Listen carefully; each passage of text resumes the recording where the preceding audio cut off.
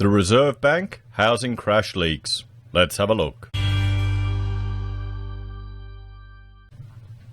Hello everyone, Florian.heise here and welcome to another episode of HeiseSays. Grab a stein of coffee and let's have a look at this article from the ABC, which is really a follow-on to some other, reporting regarding the Reserve Bank. Now, back in June, I did a video that was called RBA Calls to Shut Down Real Estate. The entire industry. They wanted to essentially put, like the drop reserve team over in the US, whenever the market crashes a certain amount in a day where they stop the market, they wanted to implement, or were suggesting implementing a similar thing in real estate here in Australia. Wouldn't that be great, guys? How wouldn't that fill you all with confidence? So naturally, that video turned into a rant, and I'll link to it. I'll link to it above, either here or before, and have a look at that, because I got a bit fiery. Well, over 12,000 views, not too bad. But, of course, that's not the end of the story. It never is. So the RBA, or the Reserve Bank staff, fume at the ABC report exposing internal tensions over house price crash fears. So they're fuming in there. They're fuming that we got to see an inside look at, the machinations of our glorious overlords at the Reserve Bank. Silence sprawls. We don't dare cast your eyes on the brilliance of the Reserve Bank. The new priestly class, perhaps. So top brass at Australia's central bank have hit back at ABC reporting that exposed how the dire view of the housing market held by some Reserve Bank staff clashed with the rosy picture the bank's representatives presented in public. Internal emails obtained using the Freedom of Information process show how staff at the RBA tried to hide the names of staff in documents it had been forced to release. And here's the thing, everyone. Anyone can make a FOI request. It's a process to do, but you can. You can get information provided to you. Staff then sought receptive journalists to tell their side of the story using the offer of an on-the-record interview with a senior bank leader. What's your take on the ABC's reporting? Asked Jonathan Kearns, head of the bank's Financial Stability Department. The items last night were so ridiculous and have put a lot of pressure on, name redacted. What should our threshold be for pointing out to news agencies that they're really off the mark in their reporting? Well, what do you mean? If that's your internal correspondence, how is that off the mark? If that's your own internal information, shouldn't it be publicly available? Shouldn't it? It's the Reserve Bank. They've got significant power and influence. They can manipulate our entire economy.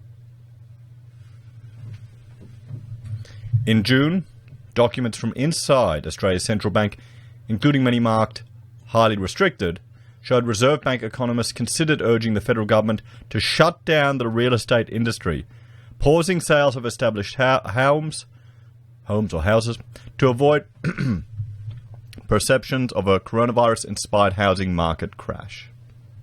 Remember that one? Can you tell? Can you tell why that may have turned into a rant video here on HeiseSays, guys?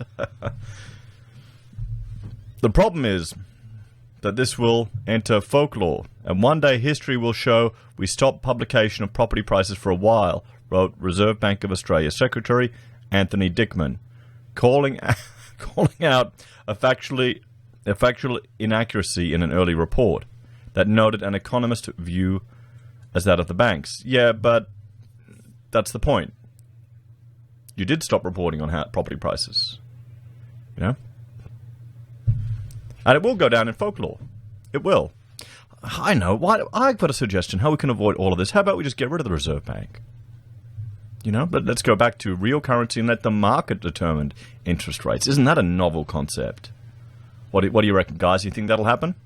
Or maybe, how about we start a few different Reserve Banks here in Australia, that can be bought on the market, and they can each issue their own currency, and businesses can pick and choose whatever currency they want to trade in. What do you think about that one, everyone? Do you think there'd be the political will for that? Be a lot harder to control then, wouldn't it? Is it worth backgrounding someone that sometimes FOIs flush out musings and emails by junior officers that have no official status whatsoever? Assistant Governor, Financial Systems, Michelle Bullock, said she did not think there was much we can do about this. But if you read the material, it is a discussion between economists about how to interpret housing price data. It wasn't a policy recommendation, she said. Yes, but that gives us an insight into the dialogue, the coffee. What would you call it? The coffee or the water tank discussions, or the coffee chats. So crash fears hidden. That discussion between economists centered on fears of a crash in the price of housing so great on the perceptions of one, or the perceptions of one.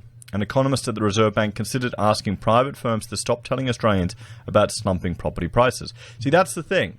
It doesn't matter if it's an official stance. That's irrelevant. It is that in your organization, the culture is in place where we're stepping in and limiting information to the general public and the free market is considered appropriate. That should be where the outrage is. But I mean, okay, that's their entire shtick. We know that. They're interventionalists. In April, economist Nick Garvin wrote to colleagues warning them the bank should stop analysing the housing market as if it were operating normally and calling for a halt, as happens to stock trading in emergencies. I think it's dangerous for regulators to be reporting on housing prices as though the market is correctly functioning, he wrote. I'd suggest we classify the market as paused and treat the prices observed before the pause as the current prices, like how equity markets operate, but on a larger scale.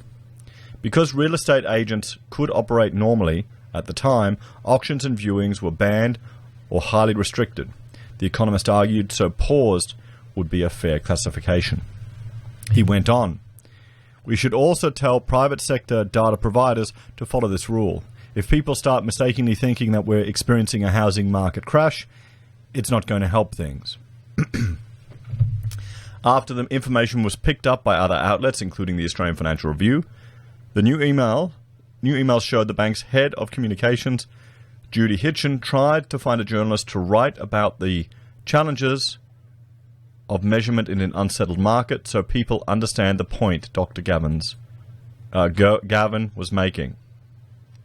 Senior Communication Officer Ian Chow suggested some names redacted in the release of friendly journalists who might write about the topic. Well, why are those names redacted?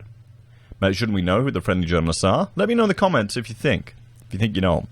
In any case, to achieve what you're aiming for, you'd need to pitch the idea to a receptive reporter and offer an on-the-record interview as incentive, he wrote.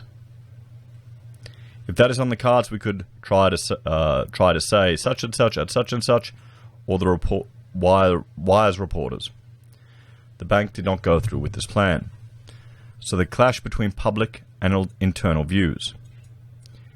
Minutes of the board's May 5 meeting, released, publicly noted demand for both new and established housing had fallen, and falling incomes, confidence and population growth were expected to affect demand for new housing for an extended period. Well, here's the thing. You're probably getting the public position of the organisation, and then what the people on the inside, what the economists are doing with their own investment, could be completely different. Could be completely different. But inside the RBA, which sets key interest rates and economic direction, the warnings were clearer and more severe. It's become clear that there have been a big drop-off in demand for new housing, said speaking notes of Assistant Governor Economics Lucy Ellis. Contracts are being cancelled, early-stage buyer interest is very weak, and the pipeline is emptying, it notes. Anything that hasn't already been started has been deferred. Once the notes were made public by the ABC, Dr. Ellis declined to do a media interview with an unnamed outlet. I have no appetite to appear, she said. Personally, I'd see any distinction of tone between what the minutes say and what my speaking notes said, and be notes by me, not notes for me, as reported in the ABC story, other than one being less formal in style because they're speaking notes. The RBA's report on the deteriorating situation in construction may have influenced the announcement of the government's home builder program, because it suggested house prices could slump by up to 15%. The internal reports contradicted a much rosier view the Reserve Bank of Australia had been giving the public about the billions of dollars and millions of jobs tied up in housing, construction and real estate. The emails came from the Freedom of Information request for responses to the ABC's earlier report on the issue. So there we have it, everyone. There we have it. So the RBA, well, looking at ways to address what we've seen in this previous video. And here, let's go over the previous key points. The RBA documents obtained under the FOI warn of a sharp fall in housing prices. In April, an RBA economist wrote to colleagues calling for a housing market halt, as happens in the stock market, trading during emergencies. The RBA's report on the deteriorating situation in construction may have influenced the government's announcement of the home builder program. So what do you all think, everyone? What do you all think? Let me know your thoughts and opinions in the comments below. Would you love to work at the RBA? What do you reckon? Do you think we should have a few of them competing? Or with their own different currency? Which one would you go for? Let me know your thoughts and opinions in the comments below. Please like, share, and subscribe to the channel. If you're a fan and want to support the content I create here, there are a few ways you can. You can join the channel on YouTube or Patreon. You can support us using our affiliate links at Amazon, eBay, Independent Reserve, or Kucoin. You can buy our merch from HeiseSays, use Gold Pass from the Perth Mint, or support us via PayPal. Take care, have a great day, and I will all see you next time. Bye for now.